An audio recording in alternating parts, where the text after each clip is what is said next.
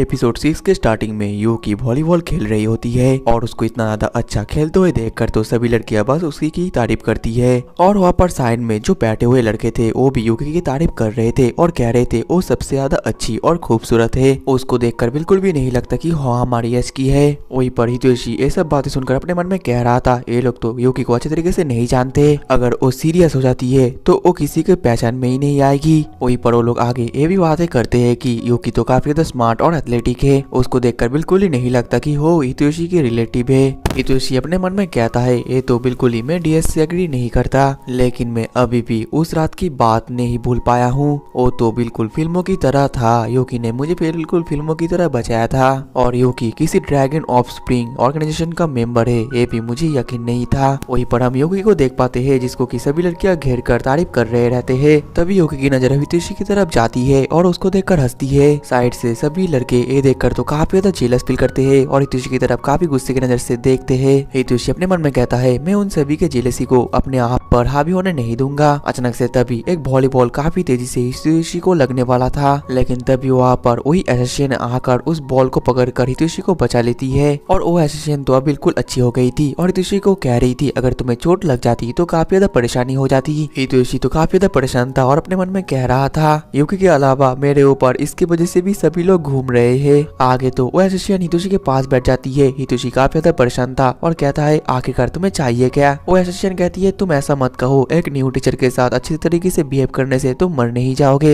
Hitoshi कहता है मेरे इतना ज्यादा क्लोज मत आओ, प्लीज दूर हटो। वही पर इस वजह से तो हितोशी की तरफ चारों लड़के फिर से उसकी तरफ काफी गुस्से की नजर से देखने लगते हैं। फिर हमें पास्ट को सीन को दिखाया जाता है कि कैसे ये लोग मिले थे। वो एसेसियन उन लोगों को स्कूल के पीछे बुलाई थी और फिर उनसे नेगोशिएशन करने के लिए आई थी। उसको पहली बार देखकर तो हितोशी को उसको पहचान नहीं पाता और उससे पूछता है आखिरकार अब तुम कौन हो। वो एसेसियन कहती है क्या तुम हमारी उस रात की बातें सब कुछ भूल गए हो, हम तीनों ने मिलकर कितना ज्यादा उस रात मजा किया था। मैं नीटा हूँ और मैं यहाँ पर न्यू जिम टीचर के रूप में काम करने के लिए आई हूँ और मैं भी इन लोगों को बताई हूँ कि मैं तुम्हारी कजन हूँ और अभी अभी टोक्यो से मूव हुई हूँ। वही पर नीता को ऐसे तरीके से देख कर हितोशी कहता है इसका चेहरा और बिहेवियर तो पहले से पूरी तरीके से बदल चुका है। वही पर नीता आगे बता रही थी कि जू अच्छी तरीके से लड़ाई कर सकती है और मैं अच्छी तरीके से जासूसी और मैं भेष बदलने में भी काफी ज्यादा अच्छी हूँ, लेकिन मेरा असली रूप बस यही है। क्या मैं तुम्हें पसंद आई या फिर तुम्हें लंबे काले बाल वाले लड़कियां पसंद है, बिल्कुल यूकी की तरह। हितोशी तो ये सुनकर काफी ज्यादा शर्मा जाता है और कहने लगता है कि नहीं नहीं ऐसा नहीं है। नीता तो उसको देखकर हंसने लगती है और कहती है तुम्हारा एक्सप्रेशन तो सारा तुम्हारे चेहरे में ही दिख गया है। तभी यूकी कहती है मुझे लगा था कि अब तुम मेरा पीछा छोड़ दोगे, लेकिन अब तुम्हें मुझसे क्या चाहिए। नीता कहती है जैसे कि तुम्हें पता है कि मुझे मौज मस्ती करना काफी ज्यादा पसंद है और तुम तो ठहरी लेजेंडरी जू जो कि एक नमूने को देखभाल कर रही है और तुमने ये भी कहा था कि तुमने अब लोगों को मारना छोड़ दिया है और ये मुझे काफी ज्यादा इंटरेस्टिंग लगा। और ये सब सुनने के बाद भी अगर मैं चली जाऊँ तो मैं काफी सारी चीजों को मिस कर दूंगी और हाँ मैं और किसी को नहीं मारूंगी और ना ही खुद मरूंगी और मैं तुम्हारी और अब दुश्मन भी नहीं रही। मुझे पता है कि तुम मुझ पर विश्वास नहीं करोगे, लेकिन मैं तुमसे नेगोशिएशन करना चाहती हूँ। वही पर साइड से हितोशी तो ये देखकर काफी ज्यादा हैरान था और अपने मन में कह रहा था दो एसेसियन अब आपस में नेगोशिएशन करने वाले हैं। नीता कहती है मैं अब और तुम दोनों के ऊपर अटैक नहीं करूंगी।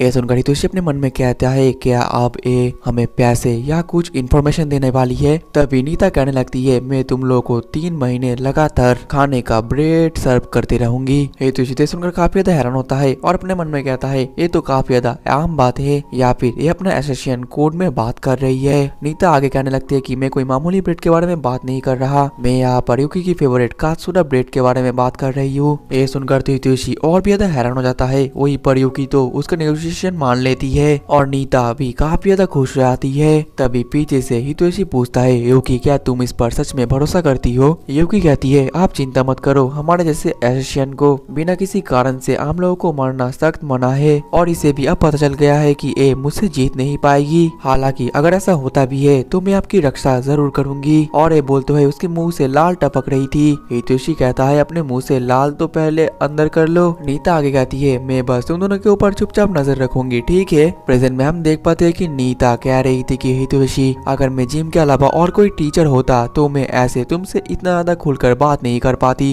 हितोशी कहता है लेकिन तुमने तो कहा कि तुम बस हम दोनों के ऊपर चुपचाप नजर रखोगी। नीता कहती है कि मैं तो जब भी तुम दोनों के ऊपर नजर रख रही हूँ मैं आराम से तुम्हारे कान में बात कर रही हूँ। हितोशी कहता है कि नहीं तुम मेरे साथ काफी ज्यादा चिपकी हुई हो। असल में नीता ये सब कुछ जानबूझकर कर रही थी ताकि यूकी उन दोनों को नोटिस करे और जेलस फील करे। वहीं पर यूकी तो ये देखकर काफी ज्यादा गुस्से में आ जाती है और वॉलीबॉल को काफी जोर से मार देती है और ये बॉल तो सीधा नेट को फाड़ कर दीवार पर टकरा जाता है। नीता ये देखकर तो काफी ज्यादा खुश हो रही होती है। दूसरी तरफ सभी लड़कियां फिर से यूकी को घेर लेते हैं और उससे कहने लगते हैं कि तुम तो काफी ज्यादा पावरफुल हो, आखिरकार तुमने ऐसा कैसे किया। वहीं पर हम साइड में और एक लड़की को देख पाते हैं जो कि यूकी की तरफ बहुत ही अच्छे तरीके से देख रही थी। अब अगले से में दोनों लंच कर रहे थे और यूकी उधर होकर कह रही थी मुझे माफ कर देना क्योंकि मैंने फिर से सब कुछ गड़बड़ कर दिया। हितोशी कहता है मुझे पता है कि तुम्हारी कोई गलती नहीं है, लेकिन आखिरकार उस वक्त तुम्हें क्या हुआ था। यूकी कहती है वो तो मुझे भी नहीं पता, लेकिन जैसे ही मैंने तुम्हें नीता के साथ इतना ज्यादा करीब देखा तो मुझे काफी ज्यादा अजीब सा अकेलापन फील हुआ। मुझे पता है कि वो हमारा बुरा नहीं चाहती, लेकिन फिर भी क्या ये नॉर्मल बात है या फिर नहीं। हितोशी तो मन ही मन में ब्लश कर रहा था और उसको पता था कि अगर नीता उसके साथ होगी तो यूकी को जेलस फील होगी। फिर वो कहता है कि नहीं यूकी ये बिल्कुल ही नॉर्मल बात है। ये सुनकर यूकी भी काफी ज्यादा खुश आती है और उसकी तरफ देखकर स्माइल करती है और उसको स्माइल करते हुए देखकर तो हितोशी की हालत खराब हो जाती है और यूकी उसको संभालने लगती है। अब अगले दिन में छुट्टी के एक दिन हम देख पाते हैं कि यूकी अपने सारे कपड़े को धो देती है और घर का सारा काम एक एक करके करने लगती है और फिर वो टॉवल को धोने लगती है जो कि इस बार बहुत ही अच्छी तरीके से धुल गया था और वो ये बात हितोशी को बुलाने के लिए जाती है। हितोशी तो देखकर काफी ज्यादा खुश हो जाता है क्योंकि यूकी को कपड़े धोना बिल्कुल भी नहीं आता था और हर वक्त कुछ ना कुछ कपड़े धोते हुए घर पर कर ही देती थी और एक महीने लगातार कोशिश करने के बाद आज उसने पहली बार अच्छी तरीके से टॉवल धोना सीख गई है। हितोशी देखकर काफी ज्यादा खुश था और कहता है तुमने काफी बड़ा प्रोग्रेस किया है। ऐसा सुनकर यूकी काफी ज्यादा खुश आती है और फिर वो नेक्स्ट बर्तन धोने लगती है और फिर वो आगे मुझे तरीके से खेलने भी लगती है। अब सब काम खत्म करने के बाद वो लोग बैठे हुए थे। हितोशी तभी यूकी से पूछता है कि आखिरकार तुम रात को डिनर में क्या खाओगी, क्योंकि फ्रिज में तो बस हमारे पास एक कैबेज ही है। यूकी कहती है कैबेज को अच्छी तरीके से चॉप करने के बाद कात्सुदा सॉस काफी ज्यादा टेस्टी लगेगा। अब अगले सीन में हम देख पाते हैं कि हितोशी और यूकी कात्सुदा पोर्क मीट खरीदने के लिए आए होते हैं, लेकिन वो तो अभी फ्राई हो रहा था जिस वजह से उन लोगों को थोड़ा वेट करना पड़ेगा। वही साइड से यूकी तो काफी सारा कात्सुदा सॉस देखकर मानो अपने आप को कंट्रोल नहीं कर पा रही थी और काफी ज्यादा खुश हो जा रही थी और उसको इतना ज्यादा खुश देखकर हितोशी कहता है मैं तुम्हारे फीलिंग को समझ पाता हूँ। यूकी कहती है लगती है क्या ये फीलिंग नॉर्मल है, क्या आपने भी ऐसा कभी फील किया है। हितोशी कहने लगता है कि हाँ, जब मैं छोटा था तब मैं हीरोज का शो देखने के लिए जाता था। उस वक्त उन हीरोज को देखकर मैं काफी ज्यादा खुश हुआ करता था। अगर तुम किसी चीज को पसंद करते हो उसे देखकर तुम्हारा दिल धड़कना ये बिल्कुल ही नॉर्मल चीज है। आगे यूकी ये देखकर हैरान हो जाती है कि अंदर एक बूढ़ा आदमी का हाथ काफी कपने के बावजूद भी वो पोर्क मीट को काफी आसानी से और काफी अच्छे तरीके से काट पा रहे थे। वहीं पर यूकी तो ये देखकर अपने मन में कह जा रही थी कि ये कोई एसोसिएशन तो नहीं, क्योंकि इन्होंने जैसे पोर्क मीट को काटा है लगता है कि एक काफी बड़े एसोसिएशन होंगे। साइड से उसकी बात को तो वो जो बूढ़ी औरत थी वो बिल्कुल भी समझ नहीं पा रही थी। तभी हितोशी कहता है असल में ए मेड आपके कात्सुदा सॉस का काफी बड़ी फैन है। ये सुनकर वो औरत काफी ज्यादा खुश रहती है और कहती है सच में तो ये सॉस तो मैं ही बनाती हूँ। यूकी तो ये सुनकर काफी हैरान हो जाती है और कहती है तो आप हो, ओ भगवान मैं आपको थैंक यू कहना चाहती हूँ। लेकिन अचानक से तभी वही ओल्ड मैन उसके पीछे आ जाते हैं और कहते हैं हे मिस तुम्हारे कंधे पर थोड़ा सा धूल है, और फिर वहाँ से चले जाते हैं। वहीं पर यूकी ये देखकर अपने मन में कहती है मुझे तो पता ही नहीं चला कि वो मेरे कब पीछे आ गए, सच में ये कोई प्रोफेशनल एसोसिएशन है। आगे वो औरत यूकी को कात्सुदा सॉस थोड़ा सा चखने के लिए देती है और यूकी उसको खाकर तो मानो पागल ही हो जाती है। अब अगले दिन में खाना खत्म करने के बाद यूकी कहती है मैं सारे बर्तन को धो दूंगी, आप जाकर आराम करिए। वहीं पर हितोशी उसको थैंक यू बोलकर थोड़ा सा रेस्ट कर रहा था और यूकी के बारे में सोच रहा था और कह रहा था उसको देखकर बिल्कुल ही नहीं लगता कि वो इतनी खतरनाक और बड़ी एसोसिएशन ग्रुप की एक खतरनाक एसोसिएशन है। फिर वो उस ड्रैगन ऑफ स्प्रिंग ऑर्गेनाइजेशन के बारे में इंटरनेट पर सर्च करने लगता है, लेकिन उसको उसके अंदर कुछ खास रिजल्ट नहीं मिलता और वो सोचता है कि क्या मुझे इस बारे में यूकी से पूछना चाहिए। नहीं, शायद यूकी अपने पास्ट के बारे में बात करना नहीं चाहती है। फिर वो ऐसे ही सोचते सोचते बेड सोफे पर ही सो जाता है और तभी वो अपना पुराना सपना देखता है जब हितोशी काफी ज्यादा छोटा था। उसकी मॉम उसकी बहन को लेकर कहने लगती है मुझे माफ करना बेटा, हम दोबारा मिलेंगे। और फिर वहाँ से चले जाते हैं। हितोशी अपनी मॉम को काफी ज्यादा बुलाता है लेकिन उसकी मॉम और वापस नहीं लौटती। नेक्स्ट हितोशी जैसे ही जागता है तो युकी के भाव में होता है। युकी कहती है मास्टर आप ठीक तो हो ना, आप रो रहे थे, इस वजह से मैं आपको देखने के लिए आई हूँ। तभी अचानक से हितोशी का मुंह सीधा जाकर युकी के चंगू मंगू पे जाकर लगता है, जिससे हितोशी को अच्छी तरीके से होश आता है और वो शर्मा कर दूर हट जाता है। फिर युकी पूछने लगती है कि आप फिर से अपने मॉम के सपने देख रहे थे। हितोशी हाँ कहता है। युकी कहती है तो फिर आप मेरे गोद पर सर रखकर सो सकते हो। हितोशी तो और भी ज्यादा शर्मा जाता है और कहता है कि मुझे और नींद नहीं आ रही। तभी उसका फोन नीचे गिर जाता है और युकी वो देख लेती है और उससे कहने लगती है क्या आप ड्रैगन ऑफ स्प्रिंग के बारे में जानना चाहते हो। हितोशी कहता है असल में मैं तुम्हारे लिए थोड़ा सा क्यूरियस था क्योंकि मैं तुम्हारे बारे में कुछ भी नहीं जानता।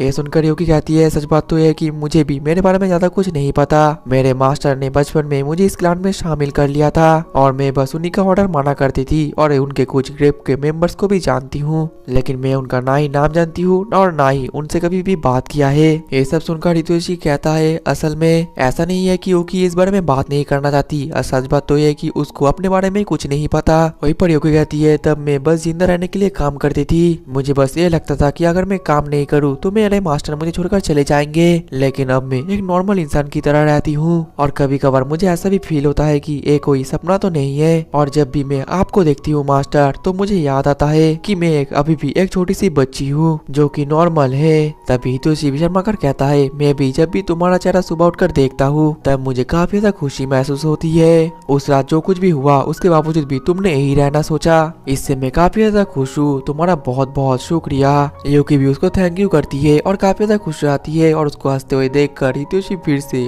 शर्म के मारे लाल हो जाता है। आगे युकी कहती है जब भी तुम मेरे गोद पर सर रखकर सोते हो तब मुझे काफी ज्यादा अच्छा लगता है क्योंकि तब मुझे उस बात को याद आता है जब तुम पहली बार मेरे गोद पर सर रखकर सोए थे, क्योंकि जब भी तुम्हें कोई बुरा सपना आए तो मैं चाहती हूँ कि तुम मेरे गोद पर सर रखकर आराम से सो पाओ। हितोशी सब सुनकर शर्मा रहा था और कह रहा था सच बात तो यह कि वो कोई बुरा सपना नहीं था। फिर हमें उस सपने को दिखाया जाता है जहाँ पर उसकी मॉम हितोशी को छोड़ने के जाने के बाद वहाँ पर युकी की एंट्री होती है और हितोशी उसको हक कर लेता है। और दोस्तों इसी के साथ ही हमारा एपिसोड 6 भी खत्म हो जाता है। अगर आप लोग इसका नेक्स्ट एपिसोड चाहते हो तो ज्यादा से ज्यादा लाइक और कमेंट कर दो, क्योंकि जितना ज्यादा लाइक और कमेंट होगा नेक्स्ट एपिसोड में उतना ही जल्दी लाऊंगा।